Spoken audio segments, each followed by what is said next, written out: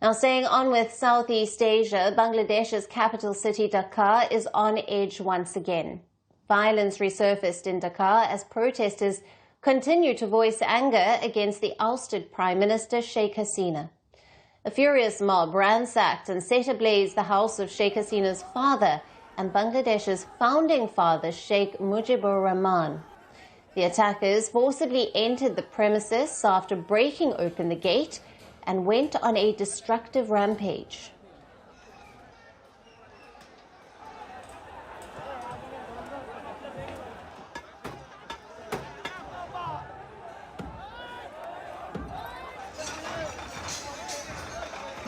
The mob was seen destroying the structure by climbing up and setting the top floor of the building on fire.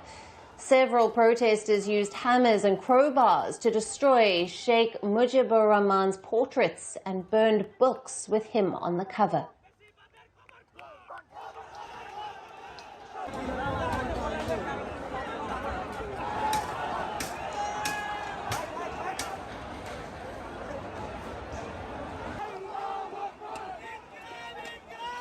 The protesters declared the house-turned-museum, long associated with the Mujibur family, as a symbol of authoritarianism and fascism. The mob expressed their intentions to erase any trace of what they called Mujibism in the country. Now, there were also a large number of protesters outside the building who were chanting slogans against dictatorship, fascism, and the Awami League. Formed by Sheikh Mujibur Rahman and later headed by his daughter Sheikh Hasina, the protests come amid a growing demand for a blanket ban on the Awami League.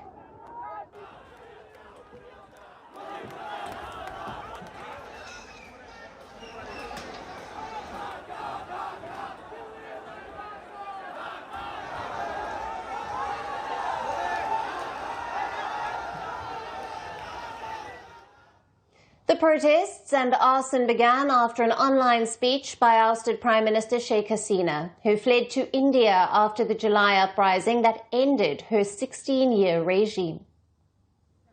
Why don't you leave us in peace? You and your people looted and emptied the entire country. Now live in luxury as per your wish. Why are you trying to incite Bangladeshi people again? Our biggest mistake was that we returned home. It was our biggest failure. These are the opportunities she has been exploiting repeatedly. We failed to stop her. As the violence unfolded, Sheikh Hasina released an emotional message. Condemning the violence, Hasina said that the structure can be erased, but history cannot be wiped out. Seeking justice from the people of Bangladesh, Hasina said she had done a lot for her country and asked why she was being disrespected. Hasina added that a game of destruction is underway in the country, which today has become a land of terrorists and fighters. বাইটার কি অপরাধ? ওই বাড়িটাকে কেন এত ভয়? আমি দেশের মানুষের কাছে আজকে বিচার চাই। আমি দেশের জনগণের কাছে বিচার চাই। বলুন আপনারা, আমি কি আপনাদের জন্য কিছু করিনি? যে স্মৃতিটুকু নিয়ে দুই বোন বেঁচে ছিলাম, আজকে সেই স্মৃতিটুকু ভেঙে ফেলা হচ্ছে। এর আগে আগুন দিয়ে পুড়িয়েছে, আজকে ভেঙে ফেলা হচ্ছে। হ্যাঁ, একটা দালান ভেঙে ফেলতে পারে, ইতিহাস মুছতে পারবে না। বাংলাদেশ একটা ক্রান্তি লগ্নের মধ্য দিয়ে চলছে। বাংলাদেশকে নিয়ে যেন একটা ধ্বংসের খেলা শুরু হয়েছে। যে বাংলাদেশটা সারা বিশ্বের কাছে উন্নয়নের রোল মডেল ছিল, উন্নয়নের বিস্ময় ছিল, সেই বাংলাদেশের আজকে চরমভাবে ধ্বংস করে আজ একটা জঙ্গি সন্ত্রাসীদের দেশ হিসেবে পরিণত করা হয়েছে। এটাই হলো সবথেকে দুর্ভাগ্যের বিষয়। In a direct accusation on the interim leader Muhammad Yunus, Hasina said that the latest attack was orchestrated and meticulously planned by him to eliminate her and her sister.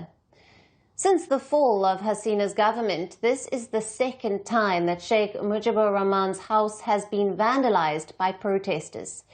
Sheikh Mujibur Rahman, fondly referred to as Bangabandhu, or Friend of Bengal, has been celebrated for years as the leader who spearheaded the country's liberation struggle and helped it emerge as an independent nation from Pakistan in 1971.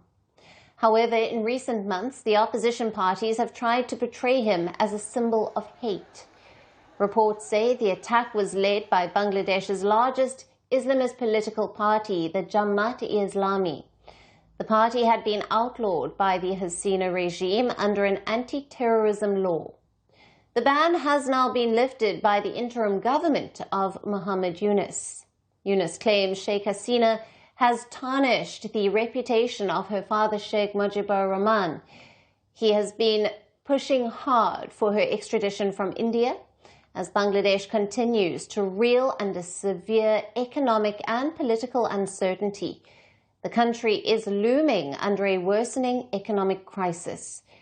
And despite claiming to hold power with a promise to hold elections within 3 months, Yunus seems far away from being ready to conduct elections. So discontent among political parties is already brewing. Is Sheikh Hasina's extradition saga a diversionary tactic by the Yunus's interim government to cover up its failure in bringing back stability to the country? And with repeated attacks on Sheikh Mujibur Rahman's house, are protesters in Bangladesh trying to wipe off Bangabandhu's legacy? From breaking news to the day's biggest controversies, shedding light on the world's top headlines, detailed analysis on the stories that matter the most to you. Catch it all on Spotlight at 6 p.m. India time and 12:30 GMT, only on First Post. We're calling the show Vantage. We hope you like what we put together for you. Touted as the minimum defense from that video. India's neighbors were the first to send the special edition of Vantage live from the White House throughout this week. Yes, Hindu Mandir in we're on our way to Tel Aviv. City measure, but it's also the perfect way to drive. I don't think that Prime Minister of Bhutan, Sherin Tagwe. Welcome to 60% of the world's office, Prime Minister Modi. Did the iron. we were actually How are you doing? How do you like? It's been 1 year since that meeting. Iron bars separate you from the outside. Out the vote effort. Trump had, it says, and at $4.3 trillion. 300 billion by 2030. That's what we need to tackle climate change.